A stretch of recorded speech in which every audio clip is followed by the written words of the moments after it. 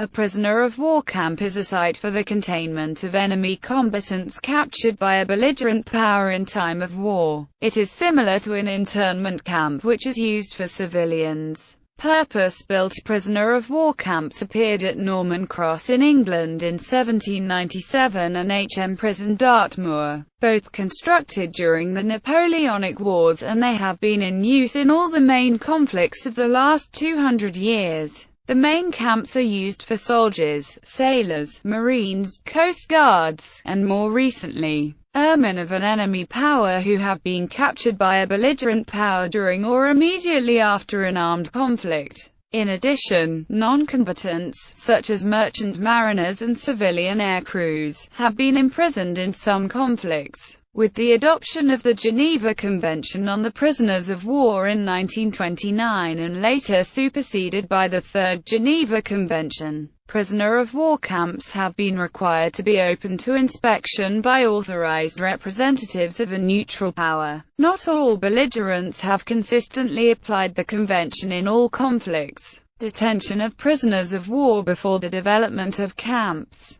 Before the Peace of Westphalia, enemy combatants captured by belligerent forces were usually executed, enslaved, or held for ransom. This, coupled with the relatively small size of armies, meant there was little need for any form of camp to hold prisoners of war. The Peace of Westphalia, a series of treaties signed between May and October 1648 that ended the 30 Years' War and the 80 Years' War, contained a provision that all prisoners should be released without ransom. This is generally considered to mark the point where captured enemy combatants would be reasonably treated before being released at the end of the conflict or under a parole not to take up arms. The practice of paroling enemy combatants had begun thousands of years earlier, at least as early as the time of Carthage, but became normal practice in Europe from 1648 onwards. The consequent increase in the number of prisoners was to lead eventually to the development of the prisoner of war camps. Development of temporary camps. Following General John Burgoyne's surrender at the Battle of Saratoga in 1777, several thousand British and German troops were marched to Cambridge, Massachusetts. For various reasons, the Continental Congress desired to move them south. One of Congress members offered his land outside of Charlottesville, Virginia. The remaining soldiers marched south in late 1778, arriving at the site in January 1779. Since the barracks were barely sufficient in construction, the officers were paroled to live as far away as Richmond and Staunton. The camp was never adequately provisioned, but the prisoners built a theater on the site.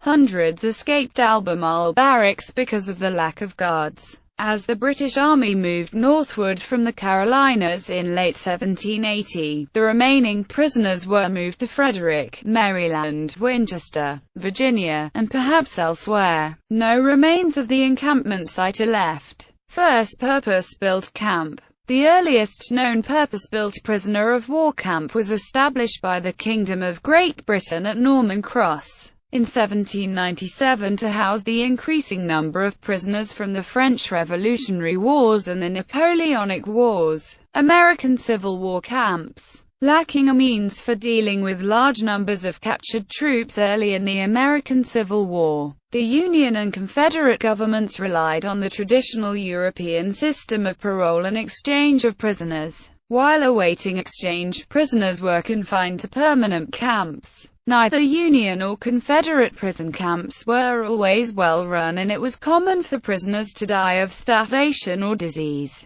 It is estimated that about 56,000 soldiers died in prisons during the war, almost 10% of all Civil War fatalities. During a period of 14 months in Camp Sumter, located near Andersonville, Georgia, 13,000 of the 45,000 Union soldiers confined there died. At Camp Douglas in Chicago, Illinois, 10% of its Confederate prisoners died during one cold winter month, and Elmira Prison in New York State, with a death rate of 25%, very nearly equaled that of Andersonville. Boer Wars. During the Boer Wars, the British established concentration camps to hold both civilians and prisoners of war. In total, 109 camps were constructed for Boer and black African internees. However, the majority of prisoners of war were sent overseas, with the vast majority of locally held Boer prisoners being women and children. The camps were poorly administered, the food rations insufficient to maintain health standards of hygiene were low, and overcrowding was chronic. Over 26,000 women and children died in the camps during the wars.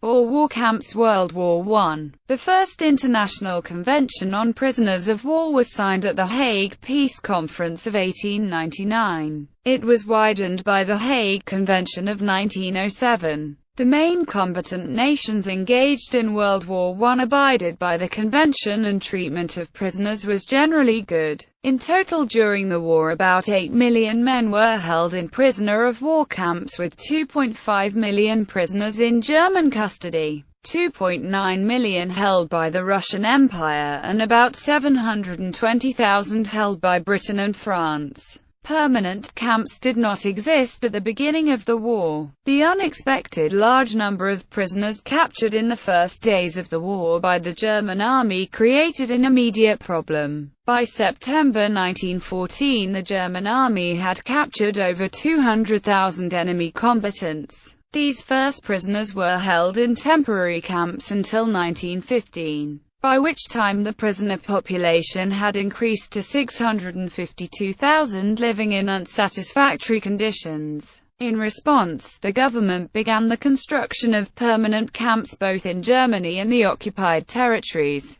The number of prisoners increased significantly during the war, exceeding 1 million by August 1915, 1,625,000 by August 1916, and reaching 2,415,000 by the end of the war. Geneva Conference. The International Committee of the Red Cross held a conference in Geneva, Switzerland in September 1917. The conference spoke of the war, and the Red Cross spoke about the conditions that the civilians were living under were similar to those living in prisoner of war camps. The agreements made at the conference were that the Red Cross and all of its workers would provide prisoners of war people with mail, food parcels and clothes and medical supplies to the prisoners. The Red Cross spoke out to the France and Germany to exchange in prisoners through the words of barbed wire disease, which is the symptoms of mental illness. It was said that the prisoners should be interned in Switzerland, a neutral country. There were a few countries that were not on the same terms as Germany, and Austria-Hungary believed that harsh conditions would reduce the number of traitors.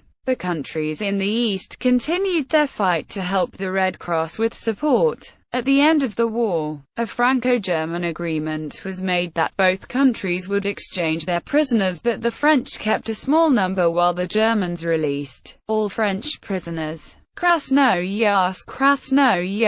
Russia was located in the more northern area of the large country. Russia winters are infamous in older historic battles for their deadliness. There were no houses for a place that it made social community. A large number of deaths are accounted for people not being able to survive it. After the loss to the Japanese in the Russo-Japanese War, the Russians became weak and Tsar Nicholas had to do something for his country. He formed military camps to train for any upcoming war. One of those camps was located in Krasnoyarsk. It was considered to be a social community to derive the identity of the country, but the community did not consist of volunteers. Survival was difficult, as breaking morals would have been necessary to live in the conditions. Unwillingness to obey orders would lead to punishment, usually death. Individuals in this camp could be conscripted for war while they lived in concentration camps and prisons. There were over 50,000 tenants in the camp for the uses of transportation, agriculture, mining and machinery. Throughout World War I, prisoners of war from other countries would be captured and sent to various camps including Krasnoyarsk. There was a point where a large mix of nationalities was together in Krasnoyarsk, which included Bulgarians, Czechs, Poles and Germans. Many prisoners were nationalists, and that led to violent acts within the camp. Militants would be forced to put down instigators and keep the camp running. Another notice is that these camps consisted of young men who had little education, waiting to see the larger part of war was captured into labor. Instead, Polish-Soviet War. From autumn 1920, thousands of captured Red Army men had been placed in the camp of Ukala, in Pomerania. These prisoners lived in dugouts, and many died of hunger, cold and infectious diseases. According to historians Zbigniew Karpus and Waldemar Rezma, up to 2,000 prisoners died in the camp during its operation. In a joint work of Polish and Russian historians, Karpus and Rezma estimate the total death toll in all Polish POW camps during the war at 17,000, while the Russian historian Matveyev estimates it at 18 to 20,000. On the other side of the front line, about 20,000 out of about 51,000 Polish POWs died in Soviet and Lithuanian camps, while the conditions for Soviet prisoners were clearly exposed by the free press in Poland. No corresponding fact-finding about Soviet camps for Polish POWs could be expected from the tightly controlled Soviet press of the time. Available data shows many cases of mistreatment of Polish prisoners. There have been also cases of Soviet army executing Polish POWs when no POW facilities were available.